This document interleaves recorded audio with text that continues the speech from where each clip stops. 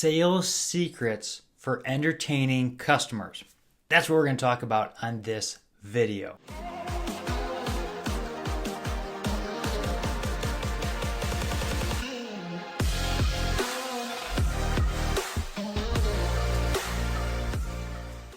So when I first got into sales, I thought it was all about glad-handing customers, giving them swag, going off and taking them, entertaining them, and all that fun stuff. I was wrong. It was actually about serving the customer well. And so I had to recalibrate when I first got into sales, which is probably why I didn't do very well when I first got into sales, like most people.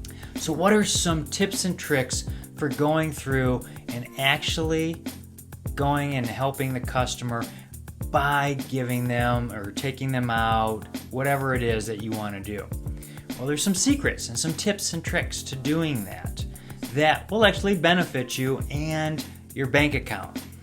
A lot of people take their customers out to dinner after the day's over with, right? They go for a steak dinner to this nice restaurant, and the bill is pretty expensive, and the people take to drink quite a bit. And yes, when you take people out and do that, they share because they're out of the office and they're talking about some of their secrets because, when alcohol is involved, they tend to loosen up quite a bit. Or when you go out to a golf course and do that, which I've seen a lot of people do that, and there's other places and venues that customers have been taken that I highly recommend not going to. We're not going to talk about those in the video, but you probably know what I'm talking about. What other things can we do so that way we're not spending so much but still getting value with our customers? A lot of people will give swag away, right? They'll give a thing of golf balls, or they'll have, an event going on and they'll give free tickets to those things. They'll give, polo shirts. They'll give all this swag away. Well, that's expensive too.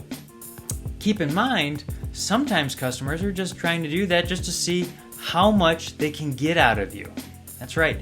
Some buyers out there will actually just try to take advantage of you just to see how far you can go. So what do we do to fix that? Well, we don't give them the farm. We don't give them everything they ask for. It's okay to say no sometimes. In a previous video, I talked about stretching the relationship. Well, that's kind of one of the ways you can do that, by telling them no. And it's okay to do that from time to time. You don't want to be the person that just says no to everything. You want to be able to help the customer and serve the customer. Otherwise, they're not going to come back to you and they're going to go to your competitor. But what else can we do? Well, one of the things I used to do is take the customers to breakfast. That's right, breakfast. Well, why breakfast?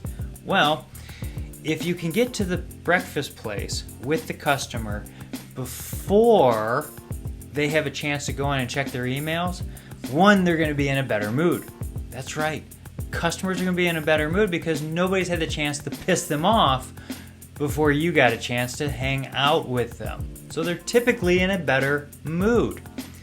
Number two thing is, breakfast is cheaper on average than dinner.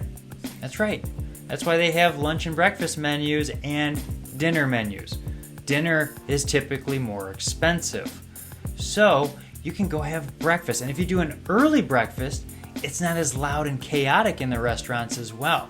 So you have an environment, you have lower cost, and you have a better mood with the customer, with the temperature. So that's a better value of time, is if you can meet with them before they go into work and have great conversations. Because you do that, your bank account will thank you, they will be happier, they'll associate you with the better mood. They won't know it, but it's psychological.